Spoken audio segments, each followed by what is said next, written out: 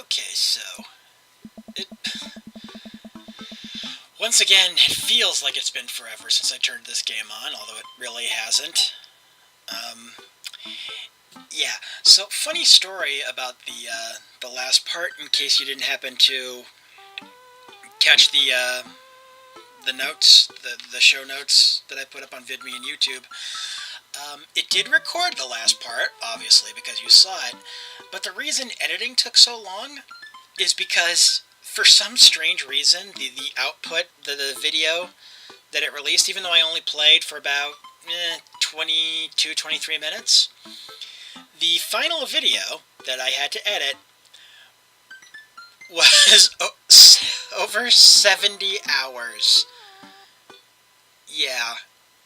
I go into a little bit more detail on that in the show notes for the show notes for the last part. See, that's what happens when I talk to you fast. Alright, so we are picking up where we left off, finally, with the one date I'm going to go on with Hugo for this one. And then I'm going to try and get a better score on the golf mini game for the first date with Brian, and then we will focus on our primary romantic target for this playthrough, the goth dad, Damien.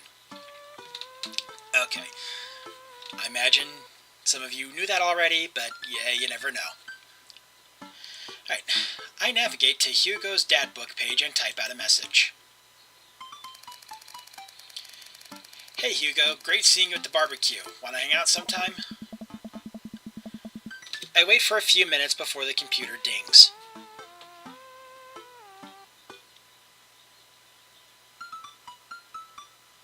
Oh, right, I'm supposed to click there. Okay, whoops.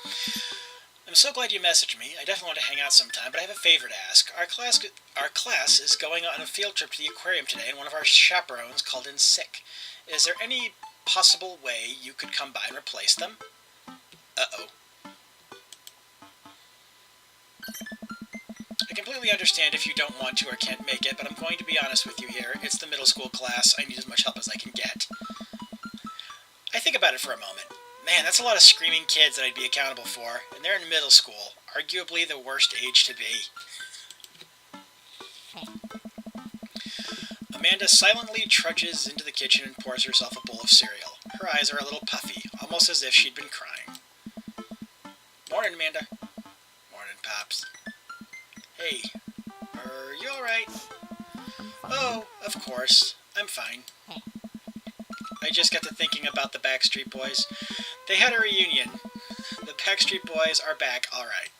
Okay, that is... But they're different.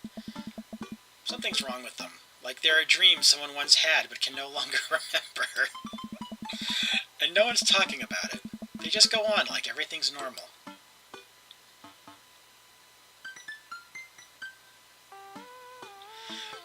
Okay, I got a similar one like this before in the playthrough, but it was on like a second date with somebody else. But I'm trying to remember what I picked for that one, and she was talking about something else. Let's see. Sure, that's all you're upset about. Yeah, to tell what's actually wrong. But were they original? Were they really the only ones? Okay, I'm sorry. I have to. This is too funny not to pick. I'm a bad person.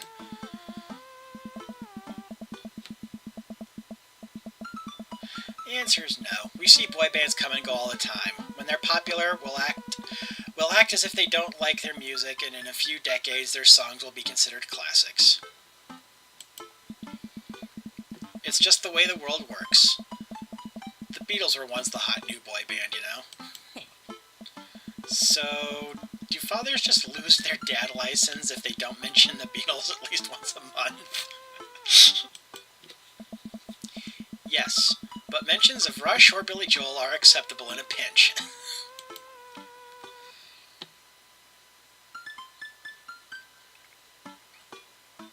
But seriously, or change the subject. Okay, this is new for me here, so let's go with... Yeah, let's go with, but seriously. You know you can talk to me about anything, right? Ah. Yeah.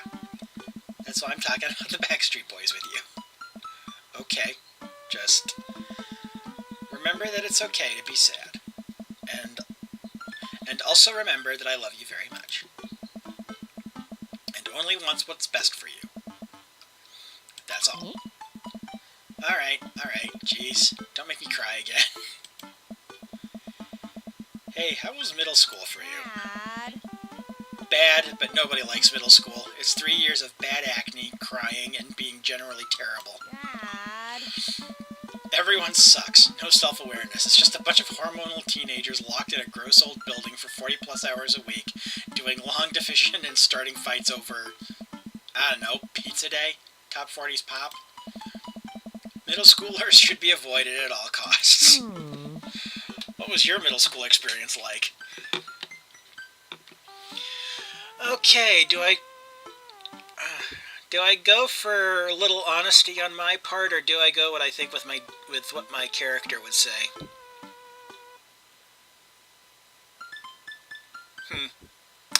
Yeah, now that I think about it, they're both about the same answer, so... No, sir, I didn't like it. I had my first crush in middle school, and I'm still bitter about it. Alexis Stuggs, you hurt me, and I'll never forget. What'd she do to you? I stare off into middle distance, remembering the 24 hours that we dated and the 3 times we held hands between class periods. And that's still more of a love life than I had. Then I remembered the bitter betrayal, her leaving me for Arnold Birmingham, him making me eat dirt in front of her. I don't want to talk about it. See, middle schools are reprehensible. Wait, why are you asking me about middle school? Oh, Mr. Vega requested my help to chaperone his middle school class to the aquarium. Just wanted to know what I was in for. You get to go to the aquarium? Are you kidding me? Last field trip I got to go on was to the clam chowder factory. They didn't even give us clam chowder. They give us square pizza at a clam chowder factory. Oh, is that why you won't eat clam chowder anymore? No, it's because Bobby Wellingham threw up in one of the vats of clam chowder, and I'm the only one who saw it happen. It haunts me. Sorry. Again, I haven't played this part of the game before, so this is new to me. So, look at it this way, you're getting my honest reactions. Honest reactions are always the best reactions in Let's Plays. Right? Right? Right, let's leave that story firmly in the past. Anyway, you should just do it. Mr. Vegas sounds like he could really use the help. Plus, you get to hang out with cool fish. Amanda, I get kind of weird about aquariums. The ocean makes me nervous. Me too, Richard, me too. I don't like the ocean. So, of course, I live in California. Why are you worried that a whale is going to pop out of the touch tank and swallow you whole? Don't you put fear in my heart. Well, do they have penguins there? Yes, they have penguins there. Yes.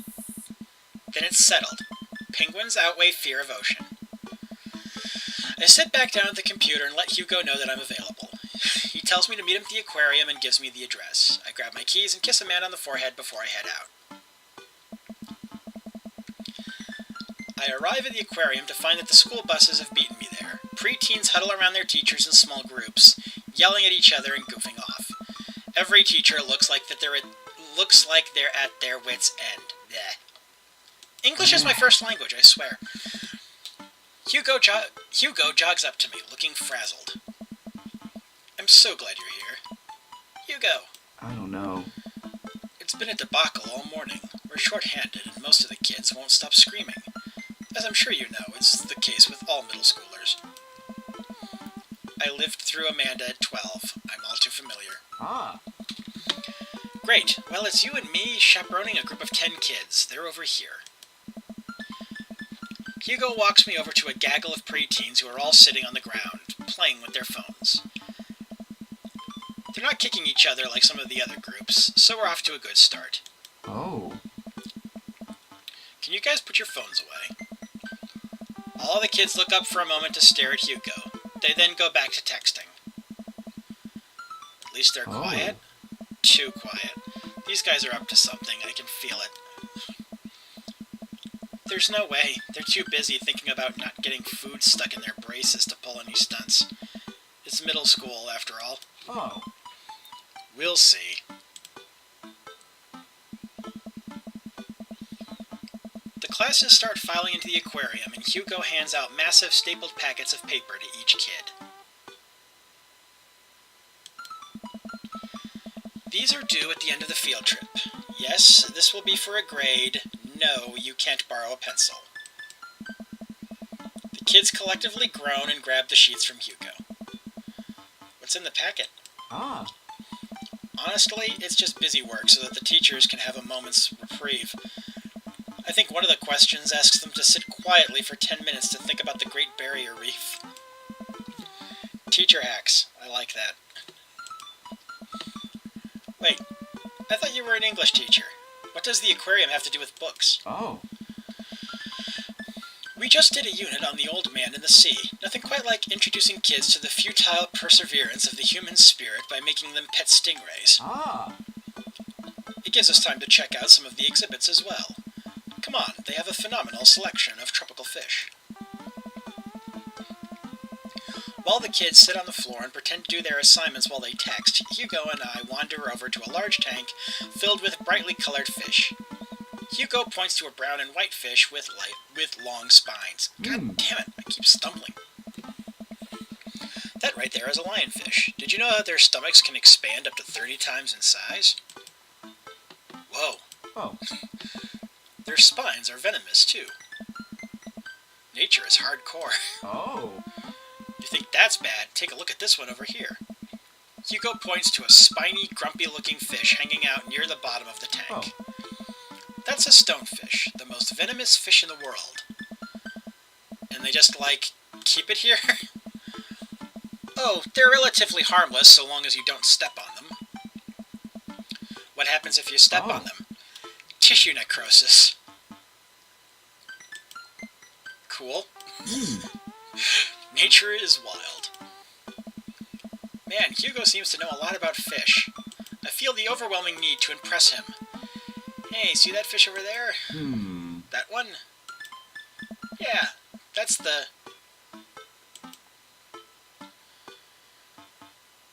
American longfin, blue-nosed wiggly fish, humphead ray. Come on, man. Dude. Okay, Richard, you gotta get over this whole need to one-up people. Seriously. Let's click on the one that sounds at least vaguely plausible. And I know we're embarrassing ourselves regardless, but... Oh. Yeah. Did you know that... Paranormal fish trivia, psychiatric fish trivia, political fish trivia. Okay, I gotta see what the political one is. I'm sorry. This fish openly supports the legalization of marijuana. Okay, good. He found that funny. I didn't know it was so progressive. Times are changing, man. Oh. Wait, are you serious? Okay, good. I have an out. I'm playing it for the gag here. Oh. Ha! Good one. We lead the kids to another room. Sharks, sea turtles, eels, and other marine life swim around in a massive, floor-to-ceiling aquarium. The kids begin trying to take selfies with the sharks. Hugo leaves my side to separate two kids who started fighting. God damn it! What's wrong with me? Fighting over a Capri Sun. I walk around the room, reading the tiny little blurbs about different fish swimming inside of the enclosure. After a while, I look around and see Hugo again. He's gazing up at the aquarium in childlike wonder. The ripples in the water cast blue, moving shadows across his face. For someone surrounded by angry hormonal preteens, he looks completely peaceful. He looks really cute in this light. I hope he doesn't notice me staring. Hey. Don't worry about it. You're going for Damien anyway, kiddo. Alright. Did I say just kiddo? That was it. Oh, God. Forget I said that. I walk over to join him. Beautiful, isn't it? You can learn a great deal from the... Okay, since I'm not trying to seduce him, obviously the first one's out, so let's go with... we can learn a great deal from Mother Ocean, or are those two sharks kiss... Okay, what the... Are those two... What? Okay, I gotta see this one. No, Richard, one's eating the other. Well,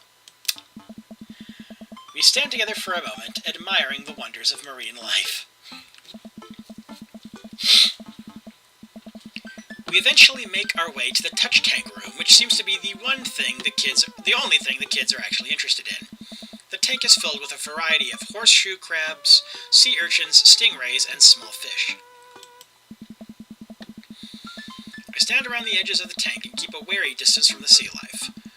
Who knows what kind of nefarious plans those horseshoe crabs have for my well-moisturized hands. Hugo rolls up his sleeve and sticks his hand in the water. Don't you want to pet some rays, Richard? Oh, I think I'm good. I think I should just stay over here and admire them from a respectable distance. Come on, it'll be fun and informative. Don't make fun of me, but I'm scared to touch them. I get weird when there's no glass separating us. I don't know what any of those things are, but I get the feeling they will probably bite me in my delicious hands if given the chance. Nothing in this tank can hurt you. The stingrays have had their barbs removed, the horseshoe crabs only eat little clams, and I never know how to pronounce that word. The anemones? Anemones? Yeah, whatever they are perfectly safe to touch. Against my better judgment, I approach the tank. Slowly dipping my hand into the cold water, I touch a stingray as it glides past me. See? Not so bad. It feels like fun, slimy leather. Things get a lot less scary when you learn more about them, right? I dive my hand back into the touch tank with a renewed vigor for ocean life, poke at some urchins, and feel the hard carapace of a horseshoe crab. My hand brushes against Hugo's as we reach for the same God, don't put that word in this game again, please. I pull away, blushing. Hugo smiles at me. Hey, you're supposed to be touching the fish. Sorry. I just get a little carried away sometimes. Wait. That girl over there looks suspicious. What is that? Oh. Are backpacks usually that wet? Hold on. Susan, get back here. Hugo runs after a middle schooler and catches her before she can make it to the exit. Want to tell me what's in the bag?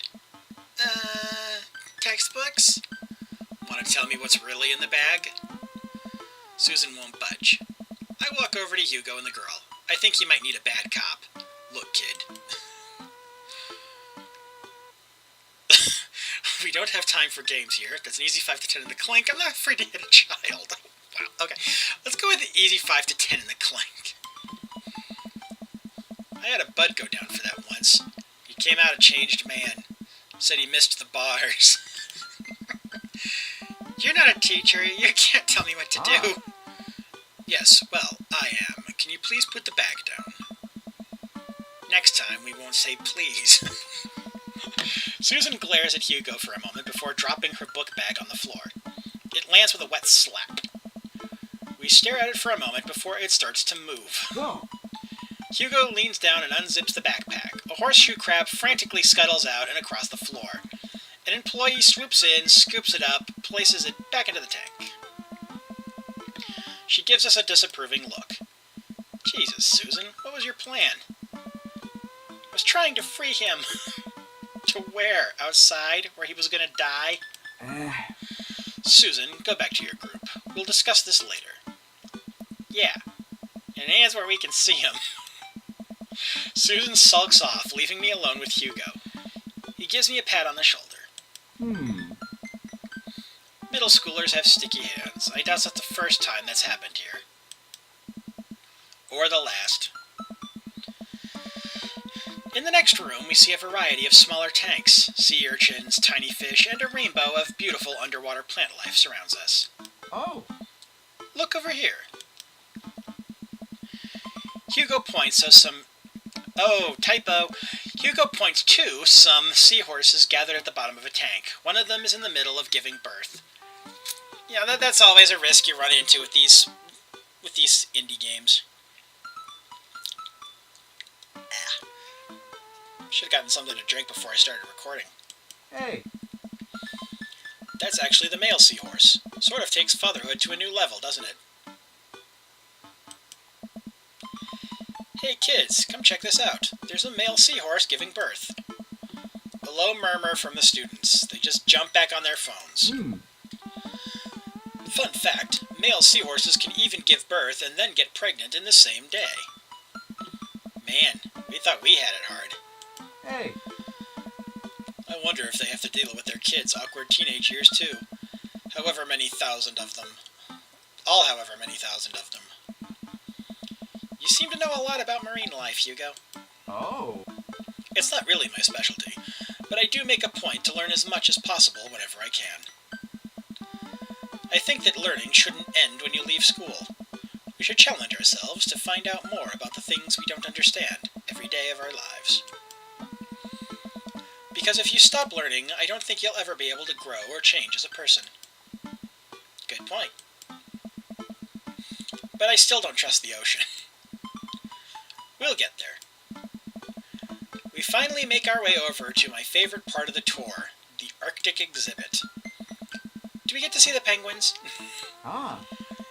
Yes, we get to see the penguins. ... Hell yes.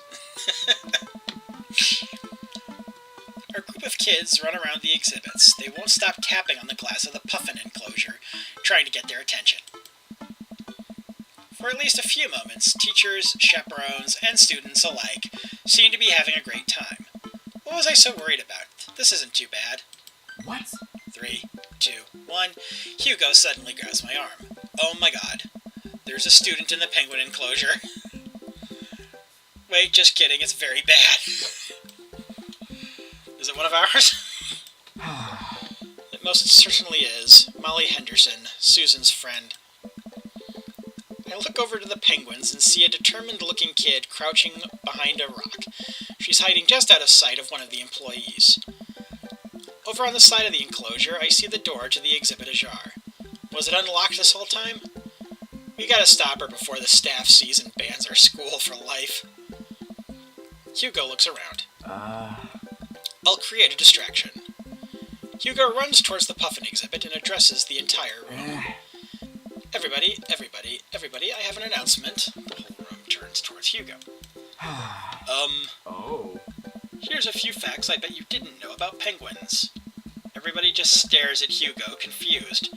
Well, this is my shot. I run into the enclosure, and I'm greeted by a cold blast of air. Psst! Hey!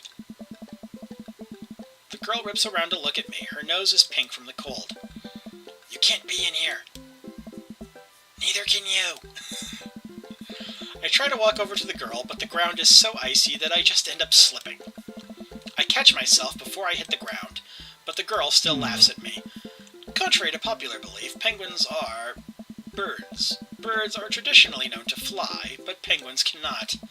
So I can understand some confusion when we're discussing the birdness of penguins. Oh god, this is so... The crowd is still somehow enraptured. Yeah, somehow is right. Kid, what are you even doing? I'm letting the penguins go. They deserve freedom. Where are they even going to go? They're gonna live in my closet. Look, I just don't even have time to argue about this. We gotta get out of here. Not until I save a penguin. Little known fact is that penguins only live in cold climates. With some exceptions. So they don't all live in cold climates, if you're splitting hairs here. Did I mention that they don't fly? The crowd is starting to lose interest. I'm running out of time. Lead on the law, try to relate to her, bribe her.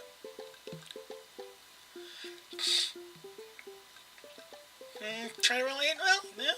It is established, it's canon, that the dad likes penguins. So. I think back to the time I released all of the feeder mice from the pet store. It was a disaster. I was 6, but it was a disaster. Molly, you know, life can be cruel. Money. Give me money. I will give you $20 right now if you leave with me. Molly thinks for a second. Okay, well give it to me right now. I reach into my pocket and pull out everything I have, examining each bill. Okay, well, I have 12 and some change. Also, there's a button here. Is that enough? Pay me the other 8 later and we have a deal. We moved to shake on our arrangement before I suddenly realized there's a wave of penguins on their way out of the enclosure. We're gonna have to block these birds. Oh no, a mini game. Oh. Block that bird. Okay. Okay. Okay, this one seems a little easier.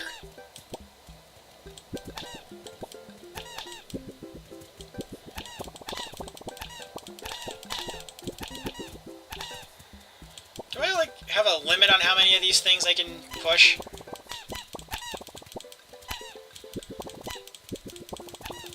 I don't seem to, so that's the good news. Do I have a time limit?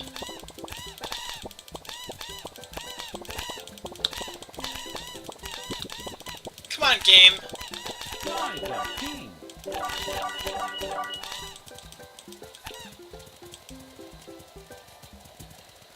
Ah!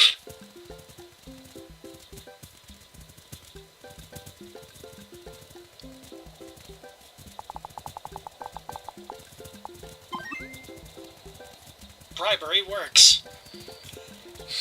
Okay.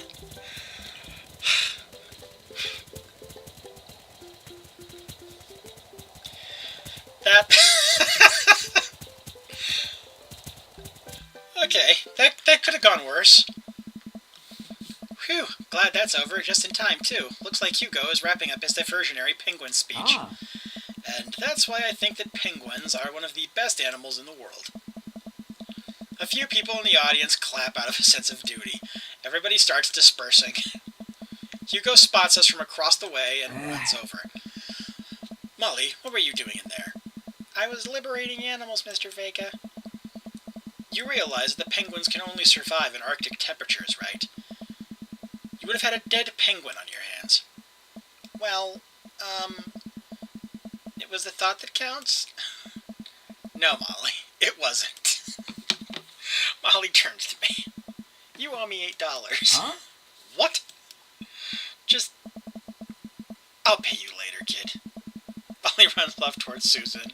I suppose so they can compare animal thief notes. Hmm? You're not off the hook, Molly. Ah. Richard, did you just bribe a child? I bribed a child. You can't play by the rule. I'm sorry, you can't play by the rules when there's penguins on the line. Listen, man. We've all done dark things in our lives. I'm not the young, bright-eyed youth I used to be. That person believed in a world where you wouldn't have to bribe children to save a penguin. The me today knows different. I only wish I could go back. Let's just get through the day and get out of here.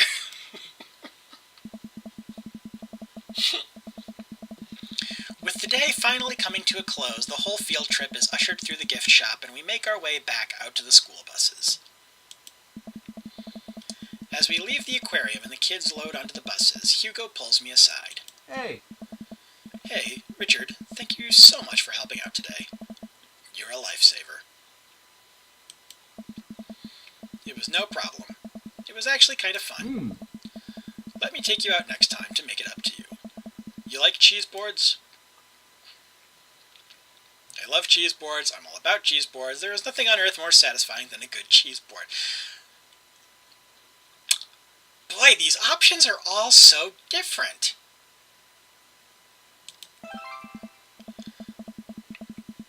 Great. Well, I gotta go make sure the kids don't steal anything else. See you around.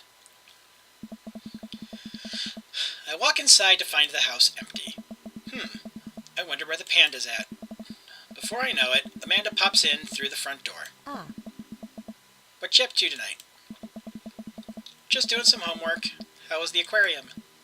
It was an adventure. Some kid tried to steal a penguin. We've all been there. I had to run in and grab her before any of the employees saw. You got to go into the penguin enclosure? Did you steal a penguin for us? Amanda, no penguins were stolen thanks to the valiant efforts of myself and Mr. Vega. It was nice getting to spend some time with Hugo, though. I'm surprised he helped complete a covert op. He's usually kind of a what? Kind of a stick in the mud? He's actually pretty cool. I had a good time with him. Alright, too much adventure for me today. I'm gonna go rest my eyes. You mean take a nap? There's a difference. You'll learn when you become a father.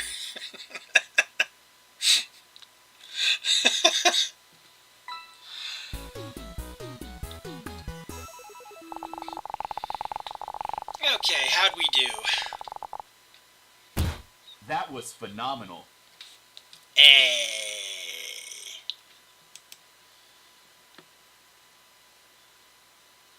Ozja Go-Getter. That's the name of the achievement? Okay. Oh, I bet you have to go on 3 dates with Hugo to get the full achievement. Okay. Let's see here. While I'm doing my afternoon word jumbles, I hear the mail truck pull through the cul-de-sac. I wonder if we got any coupons today. The nice mail person slides a couple letters in a large yellow envelope through the slot. It takes a couple of tries for them to get it in. I'm starting to... Now my character is starting to sound like my Hugo voice, too. God. This is what I get for not having a water bottle right next to me while I'm recording. Hey, my coupons. I take a closer look at the large yellow envelope. I lightly knock on Amanda's door. She probably has headphones on. Amanda? She yells through the door. What? I have something for you. I'm kind of busy right now. Can you come back later? Okay. Just thought you'd want this big old envelope we got from HIA. Alright. Immediately, Amanda pushes her door open. Horn Institute for the Arts? I mean, if you're busy, I can come back. Father, please. I hand her the envelope, which she tears open with her teeth. That's probably bad for your teeth. She doesn't seem to hear me and spits out a piece of envelope. She pulls out a letter and unfolds it. And? The suspense is killing me. This is her dream school. Amanda's face is unreadable. I can't believe this. Oh, honey, it's okay if you didn't. I got in! Oh! I got in! Sorry. I don't have enough moisture in my mouth to be properly loud here. That's... Also, I live with 2 people, but, you know, they're on the other end of the house watching, like, some NASCAR or some shit like that. I don't... Sports. Amanda tosses the letter aside and gives me a big hug. Congrats, sweetie. That's amazing. I'm so proud of you. She pulls away and looks at the letter again. Oh my god, I really can't believe I got in. Well, of course you got in. You're a great student, you nailed that interview, and your photography is incredible. Wait, Dad, I know this one's really expensive, and it's so far away. I think for a moment. HIA was one of the more expensive schools that Amanda applied to, but I know she's had her heart set on it for the longest time. It'll be tough, but we're gonna make it work. What exactly is our character's job, by the way? I don't think we ever actually find out. Maybe it's old money?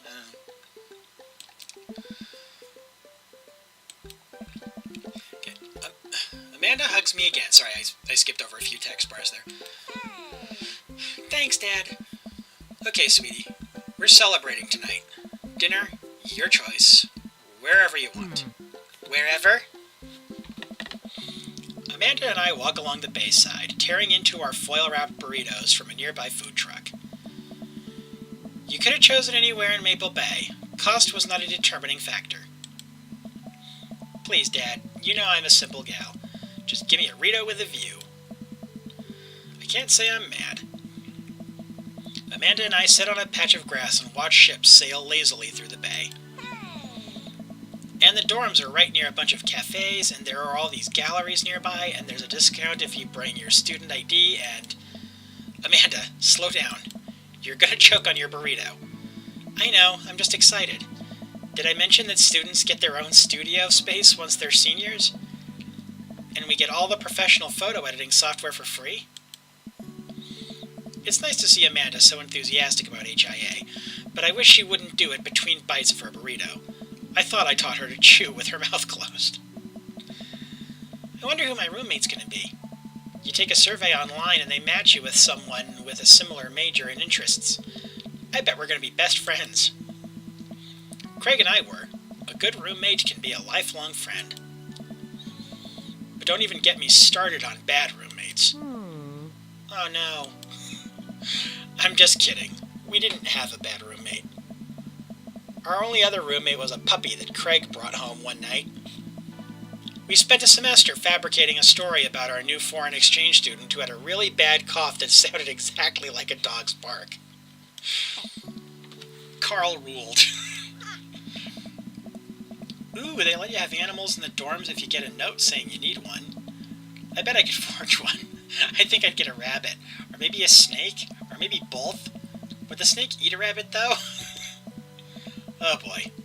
I think I'll leave all that up to you. She's so excited, I don't want to disappoint her, but I need to be real for a second. So, you know I had that talk with Mr. Vega. He didn't tell you about the dumpster fire, did he?